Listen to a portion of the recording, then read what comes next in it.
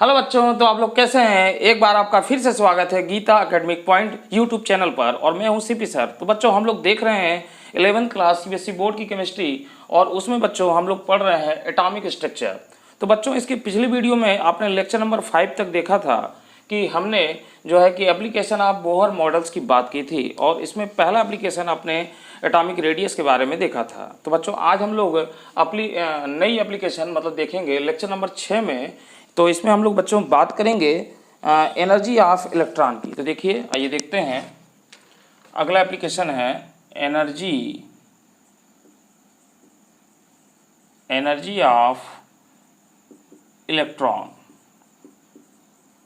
तो बच्चों हमने पिछले में देख लिया था कि एटॉमिक रेडियस को कैसे डिफाइन किया जाता है और जो है उसके बारे में हमने देखा, उसके लिए सूत्र निकाला था। तो आज बच्चों हम लोग जो है एनर्जी ऑफ इलेक्ट्रॉन की बात करेंगे।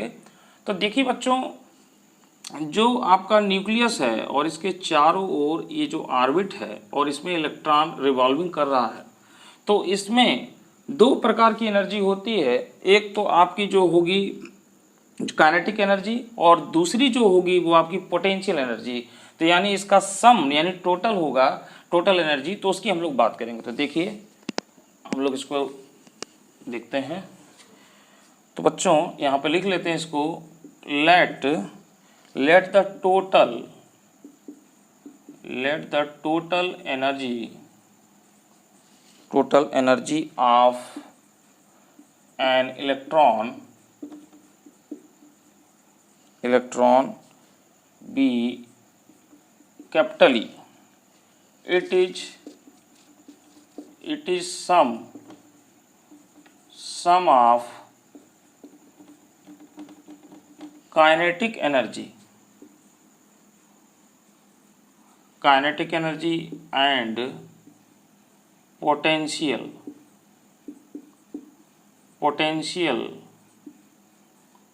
एनर्जी।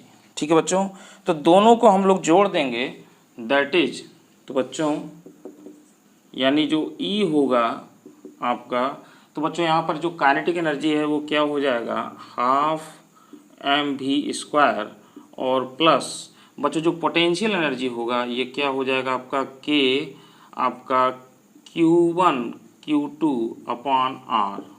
तो बच्चों यानी दो आवेश और उनके बीच की डिस्टेंस R, यहाँ पे K क्या है आपका डाइलेक्ट्रिक कांस्टेंट है।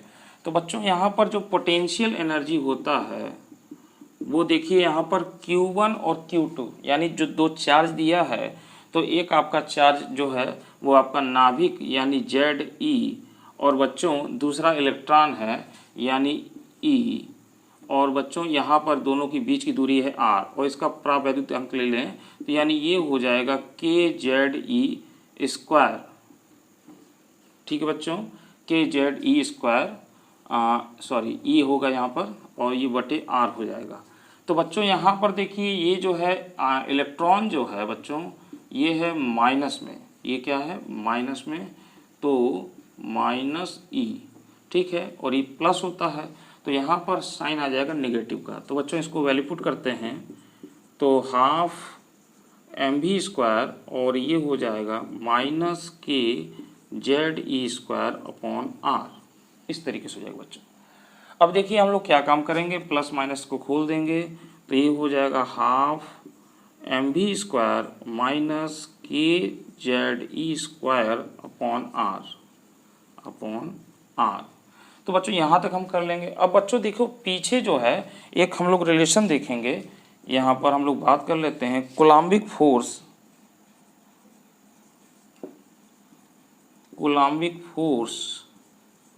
इक्वल टू आपका क्या हो जाएगा सेंट्रीफ्यूगल फोर्स। तो बच्चों ये दोनों फोर्स बराबर होते हैं, तो देखिए कूलम्बिक फोर्स आपका क्या हो जाएगा, यानी आपका ये हो जाएगा KZE² अपॉन R स्क्वायर। ठीक है बच्चों, यानी कूलाम के नियम से, कूलाम का नियम क्या है बच्चों, दो अगर चार्ज है यानी Q1 और Q2 और इनके बीच का डिस्टेंस अगर R है, ठीक है बच्चों, तो जो कूलम्बिक फोर्स लगता है यानी वो क्या हो जाता है Q1 Q2 upon R square. ये कूलम्बिक फोर्स होता है बच्चों। तो ये आपका आकर्षण या प्रतिकर्षण यानी अट्रैक्शन या रिपल्शन का हो सकता है। तो यहाँ पर ये इसका मैग्नीट्यूड लिया जाता है बच्चों, तो इसीलिए यहाँ पर कोई साइन चिन्ह नहीं आया है, तो इसको मैं मिटा रहा हूँ। तो बच्चों ये बराबर होता है सेंट्रीफ्यूगल फोर्स की, यानी ये हो जाएगा आपका mv²/r। तो बच्चों देखिए यहाँ से हम क्या काम करेंगे, इसमें mv² की वैल्यू को निकालेंगे। तो mv² निकालने के लिए बच्चों यहाँ पर अगर r का मल्टीप्लाई कर दें तो ये r इसके r से कट जाएगा, यानी हमारे पास निकल कर आ जाएगा mv² बराबर, इसका यहाँ पे मल्टीप्लाई कर दें तो ये हो जाएगा kze² और r से इसका r कट जाएगा, यानी यूँ कहें स्क्वायर कट गया बटे r। तो बच्चों अब हम क्या काम करेंगे, इसको इक्वेशन दे देंगे, हम इसको इक्वेशन दे देंगे 1। तो बच्चों mv² का जो वैल्यू है यहाँ पे पुटअप करेंगे, ठीक है। तो यहाँ पे हम लोग लिखते हैं कि the value of mv² equal to क्या लिखेंगे बच्चों यहाँ पे kze²/r is putting equation first. तो बच्चों हम लोग क्या काम कर लेंगे, इक्वेशन फर्स्ट में यहाँ को इसको पुटअप कर देंगे। तो देखिए मैं यहाँ से मिटाता हूँ, तो ये क्या हो जाएगा, इक्वेशन फर्स्ट में यहाँ पर हमको पुटअप करना है, यही हम कर देते हैं। तो देखिए E इक्वल टू, तो ये हो जाएगा बच्चों हाफ, और mv² की वैल्यू जो है kze² यहाँ पर रख देंगे। तो बच्चों ये हो जाएगा, यानी इसको हम लोग लिख सकते हैं kze²/2r, ठीक है, क्योंकि ये 1/2 नीचे निकाल लिया यहाँ से, तो kze² माइनस क्या हो जाएगा बच्चों, ये हो जाएगा kze²/r। तो बच्चों देखिए इस तरीके से आ जाता है। अगर बच्चों यहाँ पर अब इसको हम हल कर दें तो देखिए ये आपका 1 है और ये हाफ है, तो एक में से हाफ घटा देंगे तो माइनस साइन के साथ माइनस, ये हो जाएगा kze²/2r, ये आपका बच्चों आ जाता है।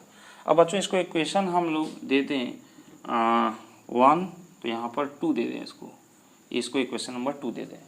अब बच्चों देखिए r की एक वैल्यू होती है जो कि हमारे, आपने देखा होगा इससे पिछले वाले वीडियो में, तो वहाँ पे जो हमने रेडियस का निकलवाया था जो है, तो उस रेडियस की यहाँ पे यानी r की वैल्यू रखनी होगी। तो यहाँ पे हम लोग लिख लेते हैं उस चीज़ को, r बराबर, तो बच्चों ये क्या होता है, r बराबर n²h²/4π² m kze²। तो बच्चों ये वैल्यू जो है पुटअप करनी होगी इक्वेशन नंबर 2 में। तो देखिए यहाँ से करते हैं,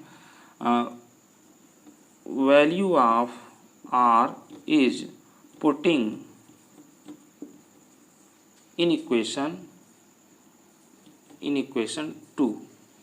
तो बच्चों यहाँ पर पुटअप कर दें तो हमें क्या मिल जाएगा, देखिए e बराबर, तो यहाँ बच्चों ये हो जाएगा आपका, माइनस तो रहेगा ही, ये हो जाएगा kze²/2, और बच्चों r की वैल्यू रखेंगे तो ये हो जाएगा आपका n²h², और ये ऊपर चला जाएगा बच्चों पूरा पूरा, तो ये हो जाएगा 4π² m kze², ये ऐसे पूरा हो जाएगा बच्चों। अब देखिए बच्चों क्या हो जाएगा, 2 से यहाँ पर ये इसको काट देंगे। अब बच्चों यहाँ पर ये हो जाएगा आपका e बराबर -2π², π² है m, और बच्चों देखिए k और k ये स्क्वायर हो जाएगा, k² और z भी आपका क्या हो जाएगा, स्क्वायर हो जाएगा, और e की पावर 4 हो जाएगा बच्चों, देखिए स्क्वायर तो यहाँ पे 4 हो गया, बटे क्या हो जाएगा आपका n²h²। तो बच्चों ये आपके पास जो है निकल कर आता है, ये आपके पास निकल कर आता है, ठीक है। तो इस तरीके से बच्चों ये है एनर्जी ऑफ इलेक्ट्रॉन का, ये क्या है आपका एनर्जी ऑफ इलेक्ट्रॉन का, ठीक है। अब बच्चों इसमें एक काम और कर सकते हैं, इसके जो है कि कांस्टेंट वैल्यू को पुट अप कर सकते हैं। तो इतना आप स्क्रीन से नोट कर लीजिए, फिर हम आगे चलते हैं, ठीक है। नोट कर लीजिए इसको, 1 2 3, ठीक है बच्चों। अब मैं मिटा रहा हूँ, यहाँ से ऊपर से मैं मिटा रहा हूँ मैं, चलिए अब देखिए, हाँ ये आपका इतना हो गया। अब बच्चों देखिए, तो यहाँ पे हम लोग क्या लिख सकते हैं यहाँ पे, तो नाउ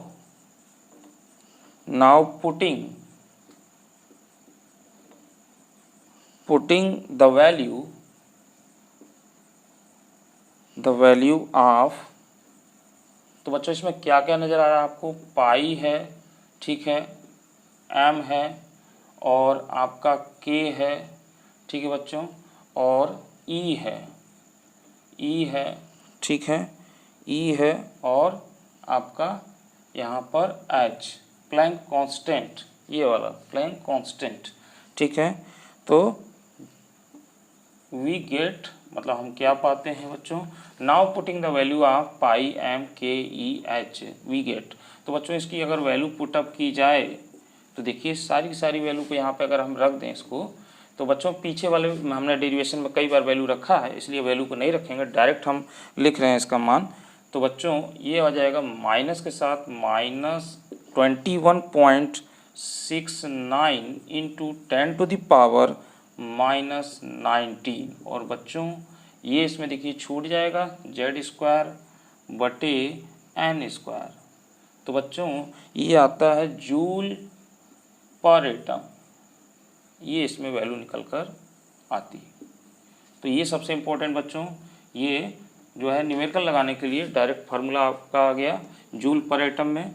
अब बच्चों इसी को हम लोग इलेक्ट्रॉन वोल्ट पर एटम में भी निकाल सकते हैं, ठीक है बच्चों। तो अगर इसको कन्वर्ट करेंगे तो देखिए क्या हो जाएगा, तो बच्चों ये जो है E बराबर ये आ जाएगा -13.6 इंटू जो है z²/n²। तो बच्चों ये होगा इलेक्ट्रॉन वोल्ट पर एटम। ये काफ़ी इम्पोर्टेंट है, ये बच्चों काफ़ी इम्पोर्टेंट है। तो बच्चों इस पर जो है आपका क्या होता है, न्यूमेरिकल लगेगा, सबसे ज़्यादा इसी का यूज़ किया जाता है, इसमें भी कभी कभी पूछ लिया जाता है।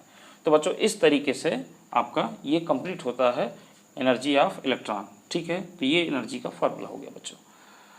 अब बच्चों इसमें ये भी ध्यान रखिएगा, यहाँ से इस इक्वेशन को बहुत जो है कि आपको ध्यान रखना होगा, क्योंकि अगले एप्लीकेशन में इसका हम यूज़ करेंगे, ठीक है। तो ये एनर्जी का फार्मूला है, अगर यहाँ पे E1 है तो यहाँ पर हम लोग इसको N1 कर लेंगे बच्चों, ठीक है। अगर यहाँ पर E2 होगा तो यहाँ पे N2 कर लेंगे, यानी दो ऊर्जाओं की अलग बात करेंगे। तो इसको आपको ध्यान में रखना होगा। तो बच्चों इसको नोट कर लीजिए, फिर हम लोग कुछ न्यूमेरिकल देखते हैं, ठीक है। चलिए नोट कर लेते हैं इसको। हाँ बच्चों, तो आपने नोट कर लिया होगा। और बच्चों इसमें एक लाइन हम लोग और भी ऐड कर सकते हैं, उसको आप लिख लें कि ये फार्मूला विशेष रूप से बच्चों किसके लिए होता है। तो ये फार्मूला देखिए यहाँ पे लिख लें इस चीज़ को, this formula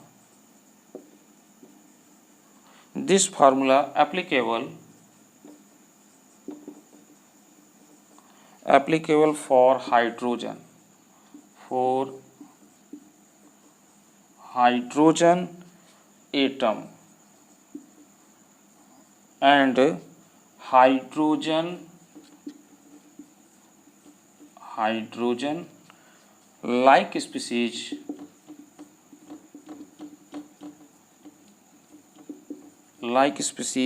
that is single electron species, ठीक है बच्चों। ये आपको बात ध्यान में रखनी होगी, this formula applicable for hydrogen, ये हाइड्रोजन के लिए है, यानी हाइड्रोजन जैसे परमाणु, और मतलब हाइड्रोजन या हाइड्रोजन जैसे परमाणु जिसमें सिंगल इलेक्ट्रॉन होगा, एक इलेक्ट्रॉन वाले। जैसे अगर हम लोग बात कर लें बच्चों, हाइड्रोजन के लिए है ये, उसी प्रकार हीलियम में दो होते हैं, अगर इस पर एक प्लस लगा दें इसके लिए ये आपका वैलिड होगा। और इसी प्रकार बच्चों लिथियम Li+2 चार्ज, क्योंकि लिथियम का 3 होता है तो 2 प्लस, यानी इसमें 1 इलेक्ट्रॉन बचा। तो बच्चों इन जैसे के लिए ये फार्मूला एप्लीकेबल होता है, ठीक है बच्चों। अब हम लोग इस पर बात कर लेते हैं बच्चों न्यूमेरिकल का, ठीक है। तो चलिए अब मैं इसको मिटा रहा हूँ, हम लोग न्यूमेरिकल बात करते हैं बच्चों।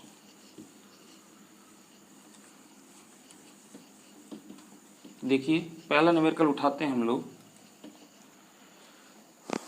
सीबीएसई बोर्ड की ये बुक है, देखिए पहला क्वेश्चन क्या है, कैलकुलेट द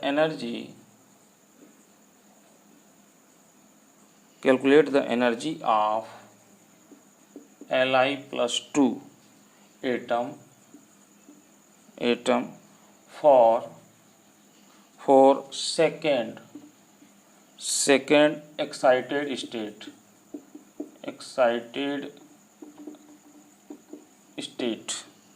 ठीक है बच्चों। तो बच्चों यहाँ पे देखिए ये कह रहा है calculate the energy of Li+2 atom for second excited state. तो बच्चों ये जो है फार्मूला आप इसी पर लगा देंगे, यानी मेन फार्मूला हमारा होगा -13.6 इंटू Z² अपॉन N², और ये हो जाएगा इलेक्ट्रॉन वोल्ट पर एटम में। तो हमको ये वाला ही फार्मूला यूज़ करना है। ठीक है बच्चों। तो अब बच्चों देखिए इसमें क्या हो जाएगा, यहाँ से देखते हैं। तो बच्चों इसमें देखिए सेकेंड एक्साइटेड स्टेट है। बच्चों अगर आपका फर्स्ट एक्साइटेड स्टेट होगा, अगर फर्स्ट एक्साइटेड स्टेट है तो बच्चों इसका मतलब है कि हमारा जो इलेक्ट्रॉन प्रेजेंट है वो आपके दूसरे सेल में है, यानी n बराबर 2, यानी जो n की वैल्यू है वो आप 2 रख देंगे। अगर बच्चों आपका सेकेंड एक्साइटेड स्टेट है तो बच्चों n की वैल्यू थर्ड हो जाएगा, यानी ये आपका सेकेंड में है और ये थर्ड सेल में है। अगर बच्चों इसी तरीके से अगर आपका थर्ड हो जाएगा, थर्ड एक्साइटेड स्टेट, तो उसके लिए n बराबर 4, मगर यहीं तक होगा जब तक। तो बच्चों ये हो जाएगा। और बच्चों यहाँ पर देखिए Li है, तो Li का जो होता है Z यानी एटॉमिक नंबर, ये क्या होता है 3। तो बस इस पर पुटअप कर दीजिए, E बराबर -13.6 इंटू, तो बच्चों Z है तो यानी ये 3 का स्क्वायर हो जाएगा बटे, और बच्चों यहाँ पर n यानी आपका क्या है सेकेंड, यानी n बराबर भी 3 हो जाएगा बच्चों। तो n बराबर बच्चों 3 हो जाएगा, तो नीचे भी वही हो जाएगा, हाँ स्क्वायर हो जाएगा। तो बच्चों ये कट जाएगा और -13.6 इलेक्ट्रॉन वोल्ट पर एटम आंसर आ जाएगा। ये आपका आंसर आता है। ठीक है बच्चों, ये आपका आंसर आता है। ठीक, तो इस तरीके से बच्चों इस पे सवाल ये लगते हैं। एक सवाल और देख लेते हैं बच्चों हम लोग, एक सवाल हम लोग और देख लेते हैं। देखिए मैं इसको मिटा रहा हूँ, नोट कर लीजिए 1 2 3।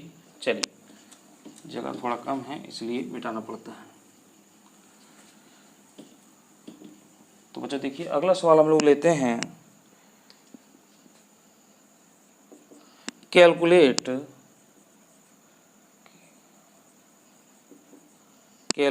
The ratio of energies of helium plus. ठीक है, देखिए बच्चों ये क्या कह रहा है, helium plus for first and second excited state.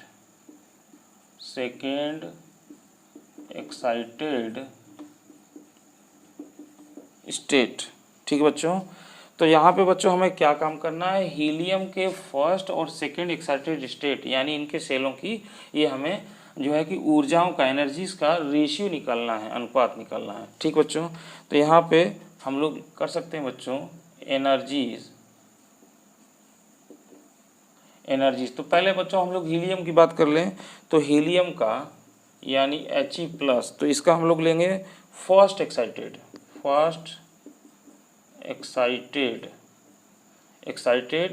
बटे।